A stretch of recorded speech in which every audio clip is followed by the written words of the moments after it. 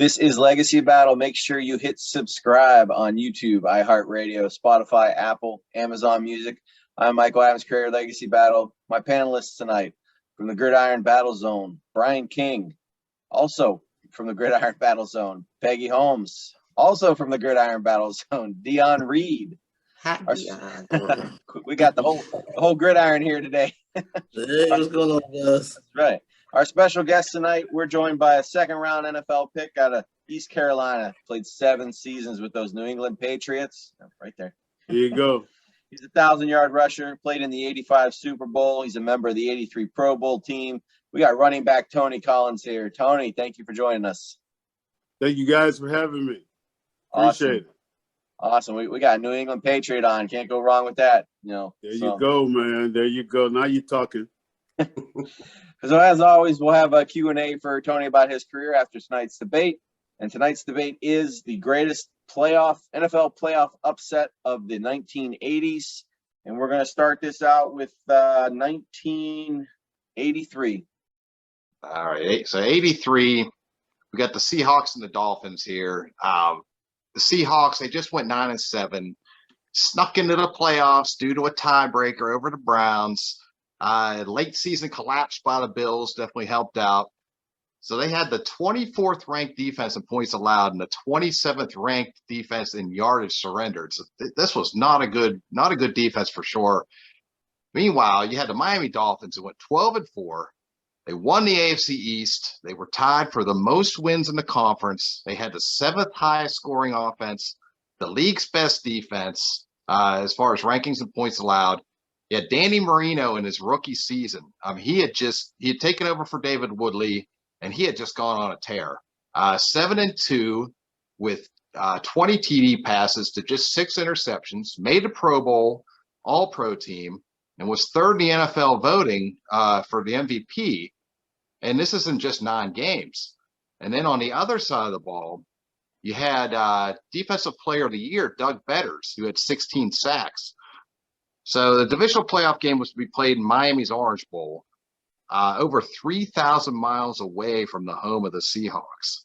Vegas had the Dolphins favored by 8 points at kickoff, so it looked like it was going to be a formality for Miami. Things looked fairly promising for the Dolphins early on. Marino threw 2 TD passes, and they went into the halftime locker room with a 6-point lead. But in the second half, the Seahawks outscored Miami 20-7 for the win. The defense forced 5 turnovers overall, beat Miami by 10 minutes in the time of possession battle, and their workhorse running back, Kurt Warner, rolled up 151 yards from scrimmage on 34 touches. This would be the only time that the Seahawks would ever advance to the AFC Championship game in their 25 seasons in that conference. And as we know, for Dan Marino, this was the first of many playoff disappointments in his career. So Bleacher Report had an article in which it ranked this game the 9th most shocking in playoff history. So it definitely belongs in our conversation tonight. So Tony, my first question with that is, how hard is it to play when you're doing that cross-country travel? How much does that take out of you? And then just give us your thoughts on that game. Yeah, I mean, it takes a lot out of you. Most teams, I know we did it when we were in the playoffs. We got out to L.A. A week before the game, so we practiced out there. Got used to the time change. So I mean, it's a big difference. So I'm pretty sure Seattle came to Miami maybe 3 or 4 days before, maybe even a week before the game, and that pretty much helped them out. And once you get into the playoffs, man, one of the things that I've always I've seen. The team that runs the ball and can control the clock in the playoffs is usually going to win the game. Of course, defense, not without a doubt, defense wins championships.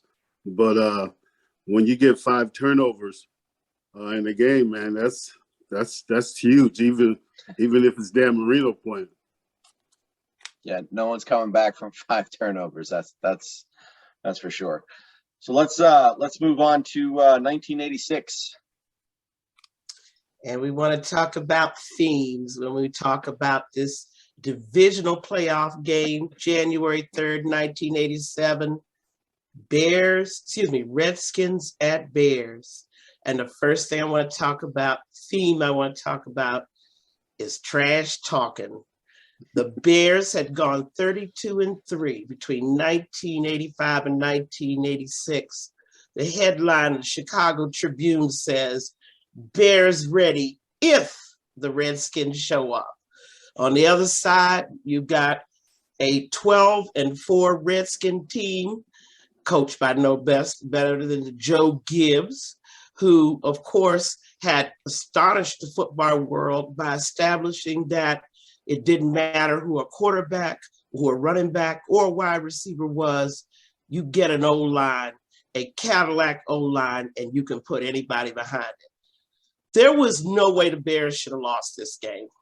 There was no way that anybody could have thought that a 14-2 team, a team that only lost 3 games in 2 years, was going to make it. And with that vaunted Bear defense, arguably one of the best defenses ever to play, there was no way.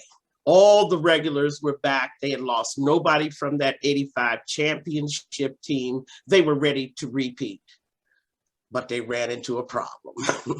The Redskins did show up, and the Redskins were ready to play.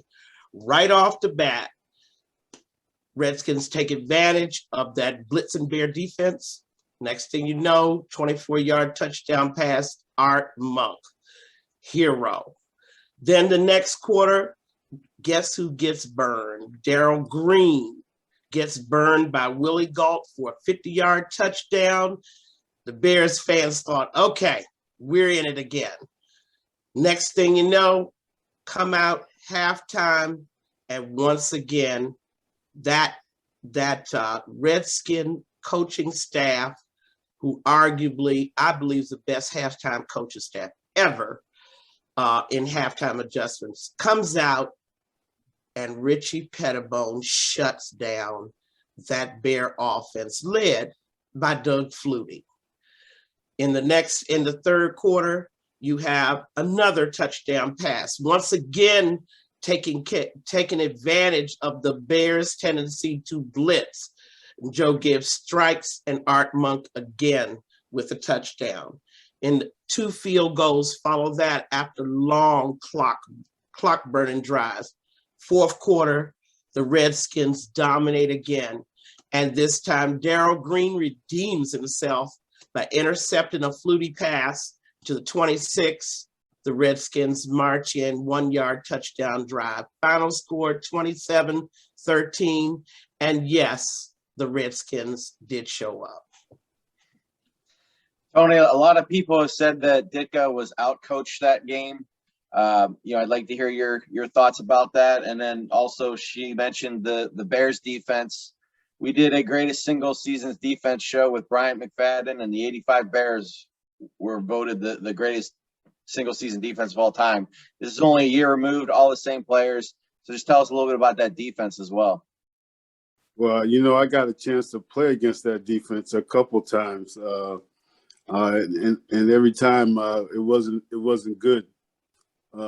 So they had a defense that was before its time, and they had the personnel to play the type of defense that they played. And it was, Coach Berry, who was our coach when we went to the Super Bowl, he said that their defense was before its time, and they had the players to play the particular defense that they played, and it was incredible. But I don't know if you guys remember Buddy Ryan. He was the guy who got that thing going. But I'm gonna tell you, it's every game. I know Darrell Green really good, and I play. He has a golf tournament every year that I play in, and we talk a lot about those days. And I think he actually mentioned this game to us because everybody thought the Bears were going to repeat, of course, and they just knew they were going to win the game. And that's all you can say, because when you go into a game and you guys believing that you're going to win the game, most likely, man, it's going to be a successful turnout for you. And they played well. And again, the Bears had the better team, but the Washington Redskins played better that day. So that's all it takes sometimes. Let's move to 1987. 1987, what most people could consider the greatest playoff upset of all time. It took place in a divisional round between the visiting Minnesota Vikings going to the highly favorite San Francisco 49ers. Took place in the traditional Candlestick Park, which is no longer called that now, but it was around 50 degrees outdoor, played on grass. The 49ers went into the game as 11-point favorites. That's one of the highly upsets just from the Vegas books. Just looking at the face value of who were going into that game, I'm someone who doesn't look at quarterback wins as something to take a lot of weight. I think it's a bit overrated stat, but you're talking about Wade Wilson, a guy who in his career ended up with more interceptions than touchdown passes, going against a Hall of Fame Joe Montana, who was later relieved by another Hall of Fame quarterback, Steve Young.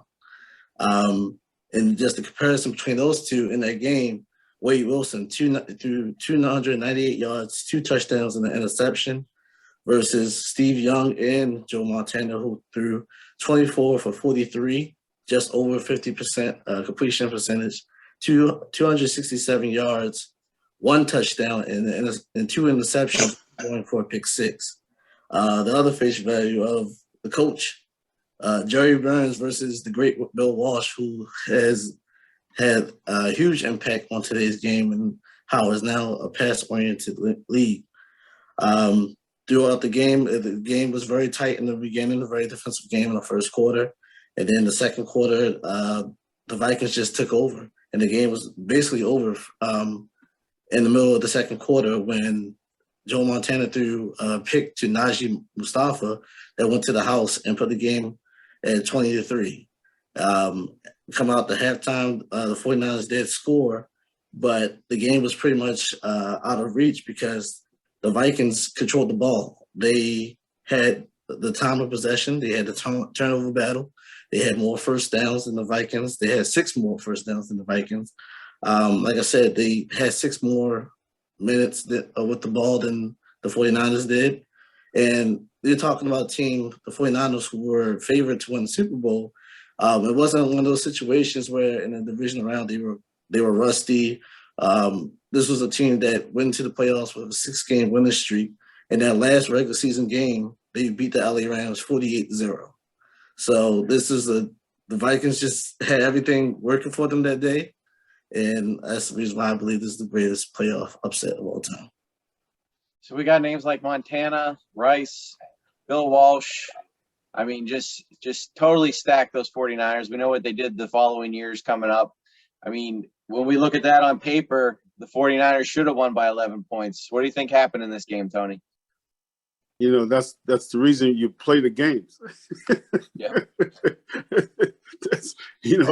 If we didn't play the games, we would never know. So that's why you play the games, man. And again, it's nothing because no one believing that the Minnesota Vikings are going to win the game except the Minnesota Vikings. So that's what it all comes down to. When you are not supposed to win, when you know that the team is athletically, physically better than you are, and they have Joe Montana, they have Jerry Rice, and they have this and they have that, and they're supposed to win. And then so it comes down to your will, and that's all it was. Whenever you see big upsets like this, it comes down to a team believing that they can win the game. That's how simple it is. And just your thoughts on the West Coast offense. It was still pretty new at that time. It took the league by storm, and of course, it has blossomed all over the NFL today. Yeah, that West Coast offense, man, was pretty special. I mean, they put up a lot of points, a lot of passing yards, and the teams that had the the quarterback to throw it and the receivers to go get it, they were pretty well off, and that was definitely the 49ers in those years. So we're going to move on to our final one for tonight, and that's going to be 1985. We got the New England Patriots over the Miami Dolphins. So the Dolphins show up twice on our list tonight. But so the Dolphins come in as the 2 seed. The Patriots come in as the 5 seed, which was the lowest seed available in the playoffs back then. Just to show the difference in these teams here, the Dolphins had 66 more points scored than the Patriots in the regular season. And, of course, the Dolphins were the division champs. Marino led the league in passing touchdowns, completions, yards. Center Dwight Stevenson was the NFL Man of the Year. Of course, they had legendary coach Don Shula. Then we go look at the Patriots side. You know, they got Coach Ray Berry, who was just starting his first full season as a coach going into that year. So a lot of differences there. And then we break down some stats here. We got Miami. They got 1,000 more passing yards, 17 more touchdown passes. New England was penalized 37 more times than Miami. Kick return game, Miami was 7th. New England was 22nd. Kicking, Miami had a better field goal percentage. And punting, Miami had better yards per kick.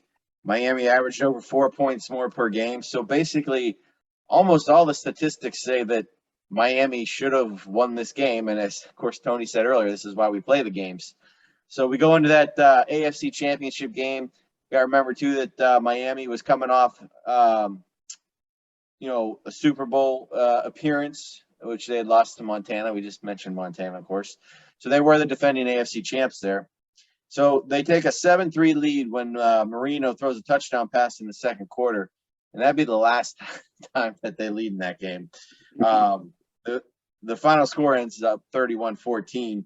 So Miami, we talked about their turnovers in that other game. They turned the ball over 6 times in this one.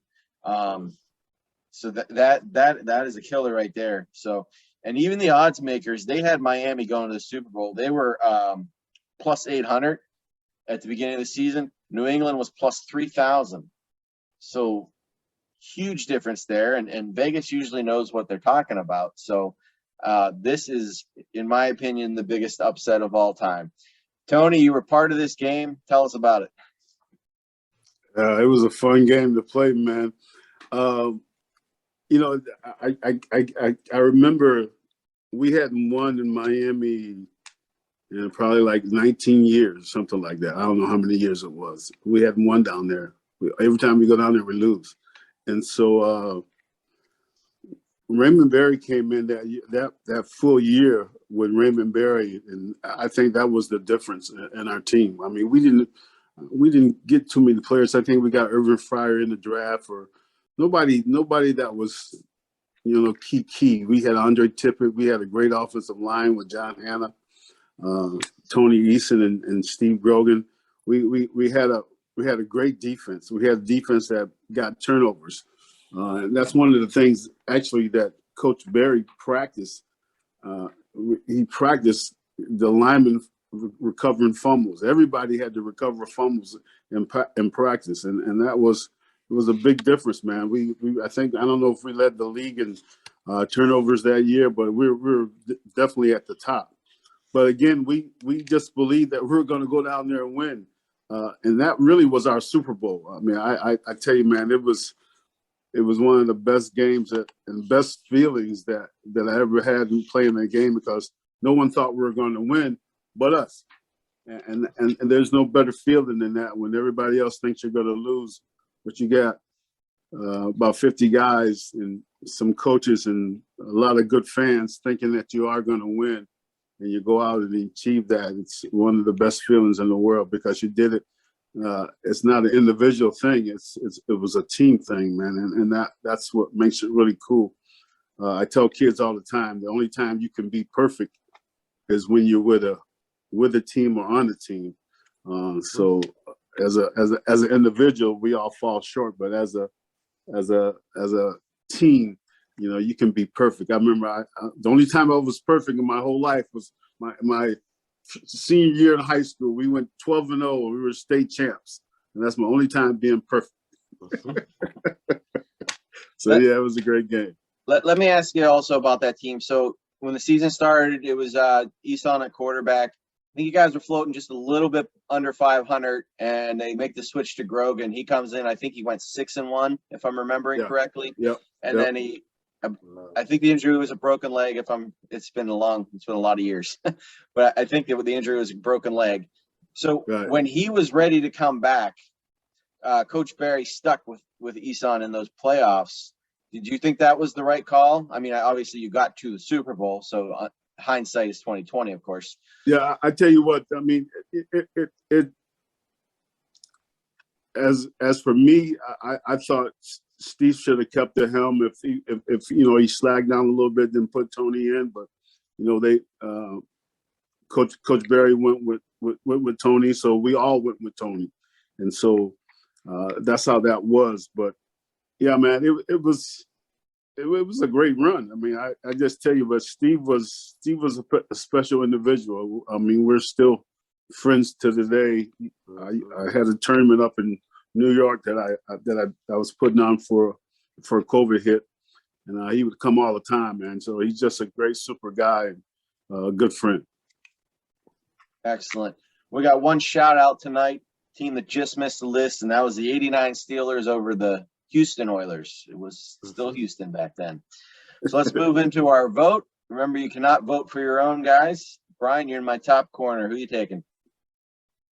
I mean, everybody made some really great cases tonight. For me, I tell you what, I really like what the Skins did there against Chicago. I mean, what a run that was Chicago had, and Gibbs found a way to put an end to it. So I'm gonna go with that one. Okay. Peggy? Well, I gotta go with Dion's game. I mean, it was fantastic to see the 49ers take a whooping, but at the hands of the Vikings, I mean, a team that, really has had no luck. That was exciting. Dion? Well, I think me and Peg, we got some going on. So I'm not, I mean, again, we've had the show talking about one of the greatest defenses of all time, and certainly the 46. Yes. Yeah, if they aren't the best, they're like right there. So I'm gonna have to go with the Bears. Okay.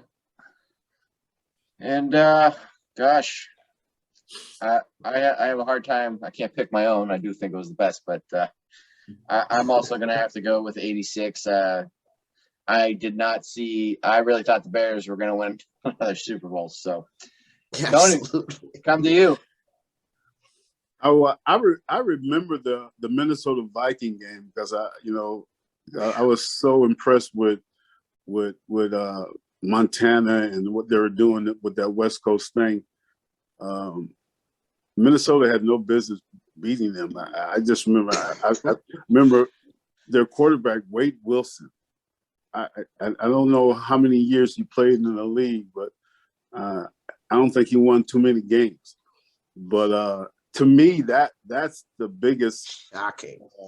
That the most shocking to me was that game because no one thought Wade Wilson. Come on, Joe Montana.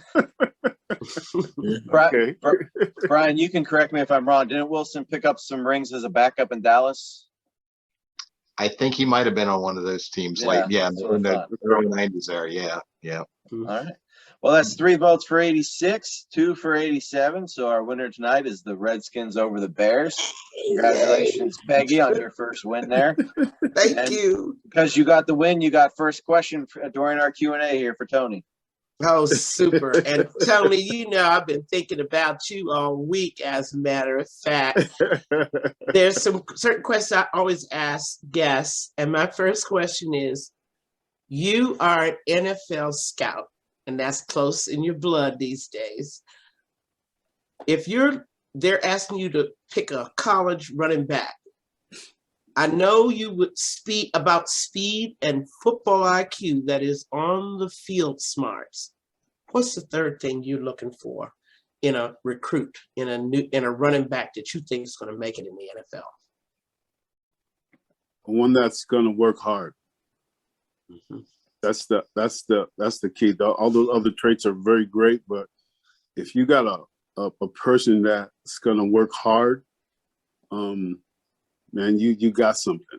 I mean, you really have something. If you go back and you look at all the great ones, I mean, they did the work behind the doors where nobody was watching. So it's that work ethic that it's gonna, yeah, that's the one that I would definitely put, the work ethic. That's the harder you work, the better off you're gonna be. If you outwork everybody and you got a little skill, man, that's gonna take you a long way. Yeah, work ethic. Dion. Hey Tony, honestly, we're in a pass-happy league, but we've had a nice stretch of running backs going early in the draft. With the new trend kind of be the read option and dual quarterbacks, do you see possibly the value of running backs going up?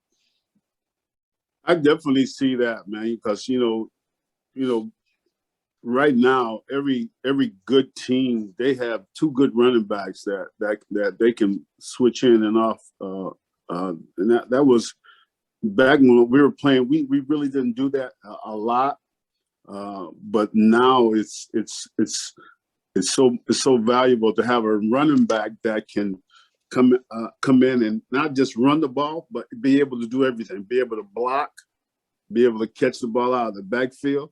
If those are the talents that every scout is looking for in a running back, and I think the value of a running back is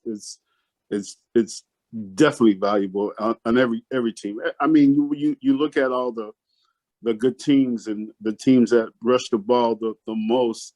They got that running back that can either put it down or get out in the backfield and do some damage catching the ball as well. So I really think that. And I could be biased because I'm a running back myself, but a valuable running back that can do it all: run, block, and catch. You got you somebody special. Brian. Yeah. I want to take you back to October 1984. He had a controversial head coach. Ron Meyer was fired, and Raymond Berry took his place. I mean, there was all kind of rumors going around. So I don't know what's true, but there was rumors that the locker room was kind of lost. With Meyer there, there was even rumors that there was some kind of trade maybe going to happen. You and John Hanna. So what can you tell us about what was going on at that point, and then what was it like playing? On the flip side, what was it like playing for Raymond Berry? With Coach Myers, when Coach Myers came in, I think it was my second year, because my rookie season I had Ron Earhart, and so Ron Myers came in my second year. Now, mind you, there's John Hanna, Mike Haynes. I mean, these are Sam Bam Cunningham. Legends. I mean, we had some players that have been in the league for a while. Harold, not Harold, but I can't think of his name right now. But I mean, we had guys that had been in the league. Steve Nelson, a linebacker that was on the team. But so we had veterans.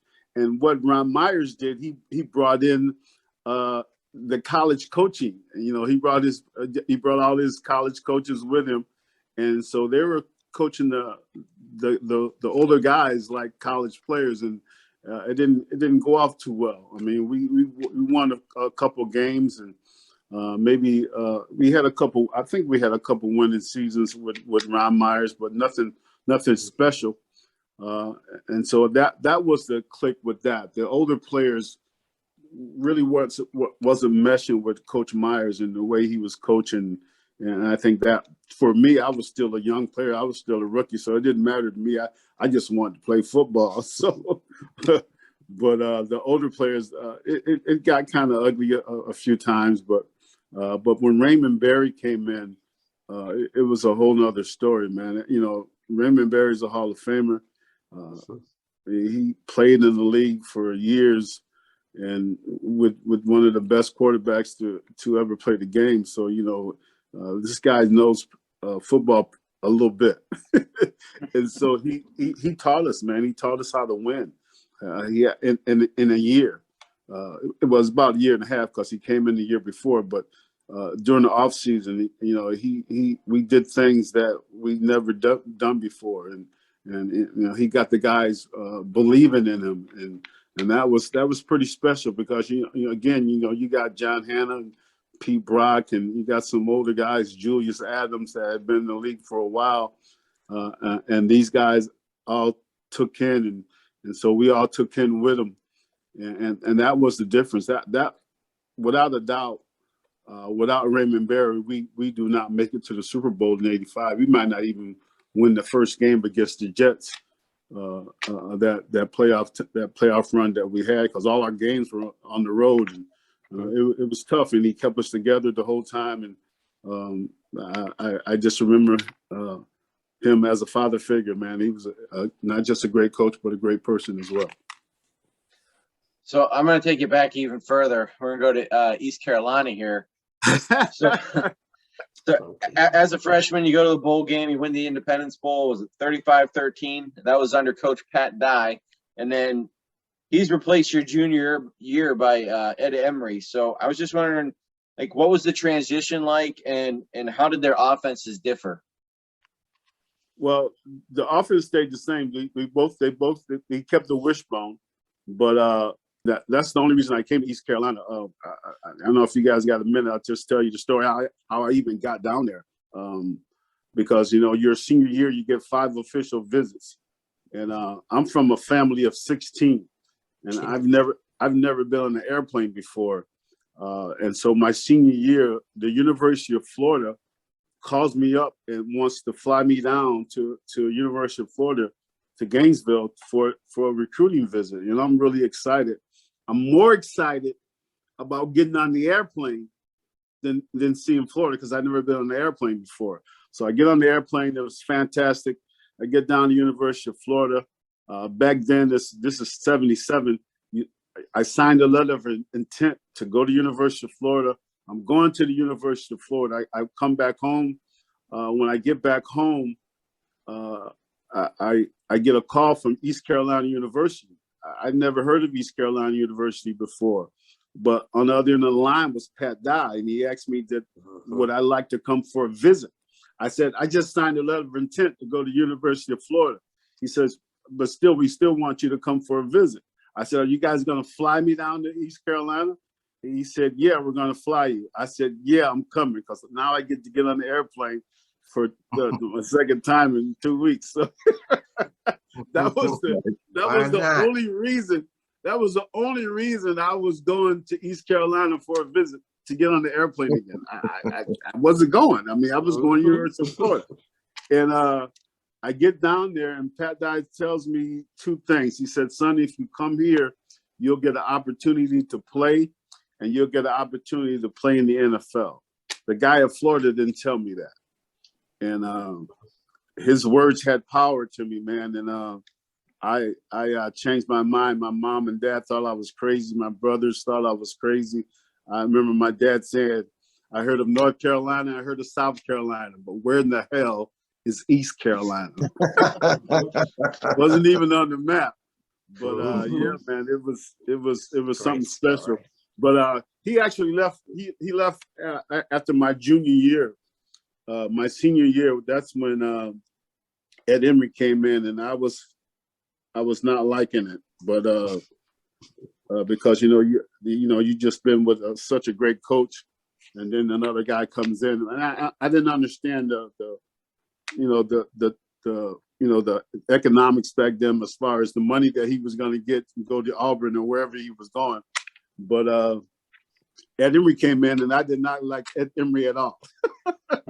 But as a player, you go through the camps, and you go through spring ball, and you kind of just it was my senior year, and I'm supposed to be a leader, and so I had to suck it up, man, and I got a good relationship with Coach Emery, and respect him as well. We didn't have a good season. We had lost a lot of guys, but did pretty well to get a invite to the combine, and everything worked out for me.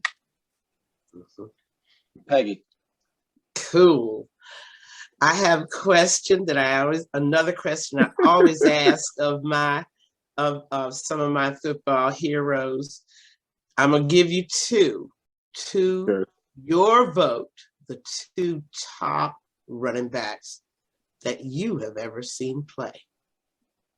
My vote. Okay. My vote, the reason I wore number 33 was because of Tony Dorsett.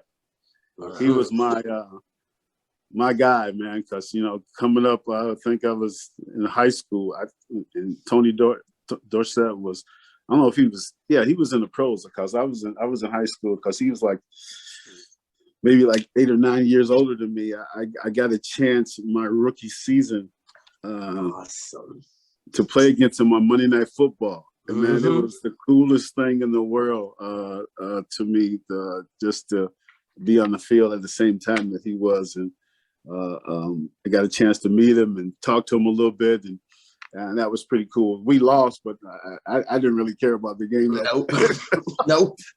Playing against Tony Dorsett, so that was my guy. But I tell you, the other guy who I think is probably the baddest running back. It's hard to say, but just give you my personal. You got guys like Walter Payton that was unbelievable. You got great running backs in the league, but I think one of the smoothest guys who I love seeing run the ball was Eric Dickerson. Eric Dickerson was smooth. He was one of the bad ones, boy. I mean, if he got loose, you could forget about it. And so those two were my guys, Dickerson and Dorsett. Dion. Yeah, I'm glad Mike had brought it up. I was actually about to ask you about your college career at ECU. I'm looking at the numbers. I mean, your junior year, 154, and you averaged 7 yards a carry with 14 scores, and you contributed the passing game as well. But I also saw that you were inducted into your school Hall of Fame. I wanted to ask you, congratulations. How'd you feel about that? Thank you. Yeah, it's pretty cool, man. We that year when we had that year, my junior year, we had some great backs. We ran the wishbone, and that's all we did was run the ball, man. I mean, we were unstoppable. We had a quarterback, Leander Green, that ran things for us. He's probably maybe 5'10", 175 pounds soaking wet, but he was quick as a cat. And he just kept pitching us the ball, and we just kept running. We actually led the nation in rushing that year. We had, a couple guys who had 7.2, 7.3 yards per carry, and every time he got the ball, man, it was, you better really catch us soon, because if you don't catch us early, we're gonna be gone. And I just remember just having a lot of fun. Probably the most times in one game I ran the ball was maybe 15. So it was times when you get the ball maybe 7 times a game, and so those 7 times that you get that ball, you're gonna do something with it. I think one game I had 7 carries for 140 some yards, or some crazy number like that. But it was a fun one. It's a offense that I think maybe hardly nobody runs right now. Maybe Army still does, or somebody, I don't know. And they still runs the wishbone, but nobody really runs the anymore. But it was really it was a great offense to me. It was, because it was all about the run back then. Go ahead, Brian. So I'll tell you why. You put Tony Collins in Google, and something comes up. You see the broken road, turn in my mess into a message, and then you see this appearance on the Steve Harvey show, and these videos with you with your granddaughter. So I gotta hear in your own words, what's this all about? Man, let me tell you, I my story, I got an opportunity to write a book because God spared my life. Just to be totally honest with you, man, that's all it was. God gave me a second chance. When I got into the league, I think my third or fourth year, I got I got addicted to painkillers, and from the painkillers it led to marijuana, and from the marijuana it led to cocaine, and it led to me getting suspended for a whole entire year from the NFL. And and like I said, God gave me a second chance in life, and I got to still be here because I should be dead. I'm gonna just tell you the honest truth, and that's why I wrote the book, because I wanted to help other people going through addictions and going through different things. It's a tough road, and one of the things I know for a fact that without my loving family, man, I probably wouldn't be here. But you know, I got to give all the glory to God. You know, God puts people in your life to help you. If you want to believe this or not, I believe that. Angels. Yeah. And he actually put my wife in my life, and once he put her in my life, I got the opportunity to change my way of thinking, and that's why I wrote the book, to help people, because you know it's a battle between the ears. When you can win the battle between the ears, you win the battle, and so that's the key to this whole thing. And I just want to help a lot of people and do what I can, and you know, because I know a lot of guys, kids coming up, man, they have dreams, and I want those kids to dreams for their dreams to come true, and believe that their dreams will come true, and they can come true because they actually came true for me. And so we put that all in the book, and it's doing pretty well. You can go to Amazon and get it, or you want a copy from me with a signed copy, you know, just DM me on Instagram or on Facebook, and we'll hook that up for you too. Actually, it's cheaper to go through me than go to Amazon, because you're gonna pay for it, and you're not gonna get a signed copy. So just DM me on Instagram or Facebook, and you'll get a good signed copy of the book. And you know, that's what that's all about. With my granddaughter, it was just a thing that you know, she's a special little girl, and I have 13 grandkids. Oh wow! We just got a new set of twins. My son got a set of twin boys, and so now the Collins name is definitely going to keep going with those guys. So just real special. I'm a big family guy. I love family. I love being with my grandkids, and the thing went viral with my granddaughter, and so Steve Harvey caught it, and we got that chance to meet Steve Harvey and go on the show, and it was a lot of fun, man. And we're still trying to do great things and help as many people as possible. You can check me out on Instagram or on Facebook, and to me, it's all about helping people. You know, this world that we live in, man, it's a tough world if you let the world get to you, but you can't let it get to you. You just got to win that battle between the ears and have as much fun as possible. Take care of yourself, and just love life. And that's what we're doing. Awesome stuff. Well, I want to thank Tony Collins for joining us tonight. Thank you, Tony, for being here. Just an honor. Appreciate you guys. And I know, man, I think I screwed up a couple of times and missed it, and I apologize for that. I want to be a man of my word. So that's fine. Well, we were going to come back as many times as we needed to, so till you showed up. I appreciate you guys. You guys keep doing what you're doing, man. Awesome job. Awesome. I'll remind everybody, hit that subscribe button on whatever you're listening on. We'll see you next time. Have a good night.